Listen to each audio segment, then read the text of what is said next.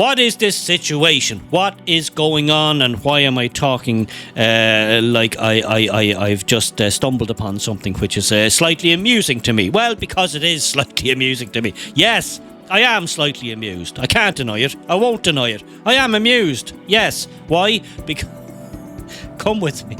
Come into my labyrinth. Come into my labyrinth. Come into my lair. Look, I'm all for preserving and doing my bit and giving my all to the great climate change emergency which we have going on right now, and which everybody is constantly telling me about, and which I can't go 5 minutes through my day without hearing about. But let me clarify something here. This whole thing has become little short of a religion now. It's a religion now. It's like, you know, I've got a recycle bin. Well, have you? I've got 2 recycling bins. I've got a green one and a pink one. I've actually got 3. I've got a small purple one that I put just dinosaur toys into. No, stop it. The thing can go too far. You can take a thing too far. So all these virtue signalers, we used to have a thing to sort them out. It was called religion. They could all just go to mass and sit up the front and be seen there, and that was their dose of virtue for the week. Today it's climate change. Now you have to be the climate change person. You have to have 10 bins, you know, for recycling everything. Pink glass and red glass and this kind of cardboard and harder cardboard and slightly harder cardboard and paper. No, stop it, because the whole thing just descends into madness and lunacy. And it's not good. It's not good for society. It's not good for people. It's just not good, full stop. Now, we have here a situation where in the public sector, the public sector, if you want to start any of these these religions, well, we'll start in the public sector, because that's always good to get going, because you're massively unionised, heavily unionised. And people can just basically, they have enough time on their hands, it seems, I don't know why, it just seems to be a thing. They have enough time on their hands to really go all in for these things. And that's fine. But sometimes, life has a funny way of coming back at you and biting you in the ass. And today, we have one such situation. All right then, so what am I talking about? What am I talking about here? Where am I going with this whole shenanigans story? It seems, and you can see it in the picture here, uproar, practically a revolution, a rebellion. Uproar as kettles and microwaves banned from government offices as part of Reduce Your Use campaign. Reduce your use, save the planet, cut down on everything. Stop eating this, stop heating that, stop using this kind of fuel, that kind of fuel. Basically, this is the climate change religion. Do not sin. Do not sin. Let he who cast the first, all that kind of stuff. Don't sin. Don't be a sinner. So the government, i.e. the civil service, who would be pretty much big into this whole, save the whale. It used to be back in the 70s and the 80s. We were saving whales back then. We were kind of saving the ozone layer back then. Anyway, it's all changed now. It's kind of upscaled to climate change. So basically saving everything. We're trying to save the species, trying to save the planet. There's uproar now in the public service because as part of this, save the whale. No, sorry, save the planet. That's what we're up to now. Sorry, wrong decade. They're banning kettles and microwaves and other stuff in government offices, civil service offices, to save the planet. And if you're not on board with this, if you're in an office and you want a cup of tea and there's no kettle, if you raise a concern if you raise any kind of opposition to this, well, you obviously want to kill people and kill the planet. You're against saving the planet. Anyway, let's read on. This is from the Irish Mirror. Fountain of knowledge, fountain of truth. Okay, uproar. Let's see what the uproar is. Labour public expenditure spokesman Ged Nash. The Labour. Ged Nash thought he was kicked out. He's obviously back. So Irish politics is just like the magic round. It's just like the magic roundabout. People just keep swapping in and out. You get the same people all the time, and you get the same things all the time. That's the way it's designed. You never get anything new. People who get kicked out just come back. They never fuck off. They never get the message. No, you're always inflicted with them. Another 4 or 5 years. They have a habit of just basically like a bad smell just coming back. Anyway, sorry, I'm getting sidetracked here in Irish politics. That's not what this is about.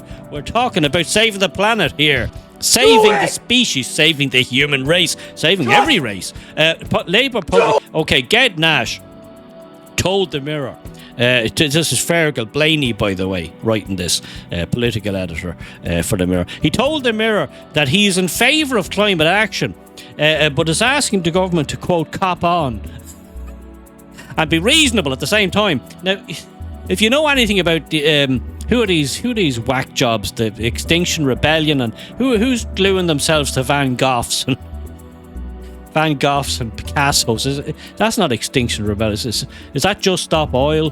There's a few of these complete Looney Tunes organisations, and that's what I mean. That's where this goes. It's like the old religion game. You couldn't be enough religious. If you were religious or thought you were, and you kind of said a rosary every night, and you went to confession, you went to mass every week, well, there was always somebody more holy than you who went to 2 masses every Sunday and got confession twice a week and said 2 rosaries every night. See, you can't... That's where all this goes, because they felt more virtuous. So then they were saying, listen, you think you're virtuous? Well, I'm twice as virtuous. I say more prayers than you. So... that's the way it went. Anyway, this climate change, so you have, okay, Ged Nash is saying, listen, government, cop on, be reasonable. There's no reasonable with this stuff. It's just like a juggernaut, going downhill. It never gets slower. Right, microwaves and kettles won't be allowed, and there's a picture of a kettle and a litre of milk and somebody's rather nice coffee there. Well done there, whoever did. Well done, that person, whoever made that. That's quite tasty for a home job. Kettles, fans, heaters, fridges, and all other, quote, non-work related electrical appliances will be banned. They're gone. They're verboten in public sector offices from the end of the next week. It's all part of the government's Make Your Life Miserable. No, sorry. Reduce your use campaign to cut down energy use, and they are leading by example, because that's what governments do, by implementing the draconian ban. So they're basically sticking it to all the civil servants, saying, listen, you want to save the planet? Well, get rid of all the creature comforts. Get them out of there. And if you have anything to say about that, you don't like it, then you're obviously you don't care about the planet. You want to kill the planet. You want to kill the human race. You want to kill you're just basically you may as well be a camp guard at Belsen. However, the move has caused uproar in government departments, where workers receive a strongly worded circular informing them of the policy this week. Strongly worded, like tut, don't be at it. That's about as strong as the civil service gets. One senior member of staff told the Mirror, quote, this is absolutely ridiculous. They're treating us like children. He goes on to say, it's just pure optics, because at the same time as they're dumping our fans and heaters, the empty hallways have heat on all day, every day. So yeah, you see, like most of this kind of stuff, it's all bunk. I think I can smell shite. A lot of it's bunk. It's virtue signalling, claptrap, and anybody who buys it. See, this is it. When you let the lunatics run the asylum, you get lunacy. That's what you get. You get lunacy. and lots of it. You see? And at the moment, as far as I'm concerned, the lunatics have been running the asylum for the past while, and it's not going well. Labour public expenditure spokesman Ged Nash, so he must be back. I didn't even... there you go. Told the Mirror that he's in favour of climate action, because he has to say that, but is asking the government to cop on and be reasonable. He said, this is from Ged Nash, quote, "I'd be the very first person to say that the civil and public service needs to lead by example in energy efficiency," said Ged Nash. "This makes sense from an environmental, energy use and cost perspective." So he's not saying it's wrong. He's saying, yeah, it's kind of, I can't say anything about that because you're kind of right. Every little help. As Tesco says, every little helps. This makes sense, yeah, from that. My message would be this. This is from Ged. His message to the government. Public service managers must apply common sense when applying this new circular. There's no common sense in this. There's none. It's Greta Thunberg, how dare you, and all that sort of shenanigans and all that kind of claptrap. There's no common sense. The common sense left the room a long time ago when it came to climate change. Left. It got on a train and it just went away into the sunset, and it's never coming back because now we're just left with lunacy, heaped on top of lunacy. So Ged Nash is saying his message would be, look, cop on, let's try and be reasonable here. Meanwhile, there's none of it around. It doesn't exist. Let's see what else he says. Some offices and buildings across the public, this is Ged again, across the public sector have good facilities and appliances available for the use of staff. Well, they've always had. There's always been a kettle, a microwave, or if you're particularly looking, a bit of an oven, or if you're really looking, fancy coffee machine, and another accoutrement, which made your work day just somewhat more bearable and more humane. But now, having a work day that's humane is also, unfortunately, killing the planet. Something's got to give. Something has got to give. It's fair to say, says Ged. I thought he was gone, but he must be back. It's fair to say, says Ged, some don't, and standards are far from consistent across the spectrum. Right, okay, fair enough, we get that, Ged. So some offices have a shitty kettle, no microwave. A bit of cop on will need to be shown when appealing these new rules.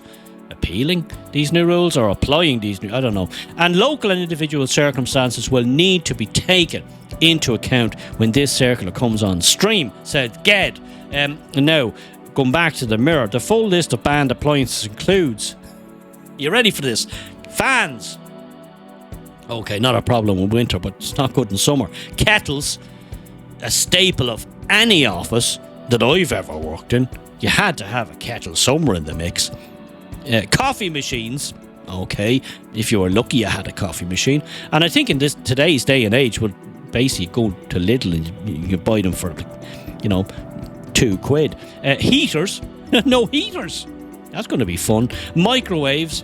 All right. Well, yeah, most offices these days have a microwave. Might be fancy, but it's a microwave. It'll heat up your cottage pie or whatever you have. Toasters. Jesus, toasters. And sandwich makers. All gone. Gone. Obliterated. Get them out. They're killing the planet. They're killing the whales. They're killing the ozone layer. Get them all out. Where are they going to put them? Probably recycle them. The circular sent to public sector staff seen by the Mirror reads, quote, all public sector bodies are expected to play a key role in lowering their energy use and costs. And as part of the Reduce Your Use campaign, it has been deemed necessary that all non-work related electrical appliances must be removed from the office floor, including, but not exclusively, limited to blah blah blah, fans and heat and toasters and sandwich makers, blah blah blah. All such appliances must be removed from the office floor by close of business November 25th. That's a few weeks ago. I wonder how it's going. I wonder how that's going. Did it happen? Was there a rebellion? Was there a revolt? Was there a strike? Did people down pens? Did they turn their pens into, plowshares, into whatever weapons and attack office managers, attack the CEOs of the departments? I don't know. I didn't hear it. It wasn't on the news, but then that doesn't say anything because most of the good stuff is not on the news anyway, because it never gets to the news. They hide it. But I digress. What do you think of that? Has this climate change gone wrong? Is this the public sector gone wrong? Or did the public sector go wrong many years ago? Yes, it's like the religion business. You can never do too much, you know? You can never be too religious. There's always somebody trying to be more religious than you. With climate change, there's always somebody who has 3 bins and you have only 2 because they want to save the planet more than you do. So is this whole thing just a snowball rolling down a hill where it's like, no, we can no longer have a kettle even in the office because somehow that's killing the planet, killing the whales, killing the ozone layer. We're all going to die. It's the apocalypse is upon us. Or is this all a load of absolute and complete tosh?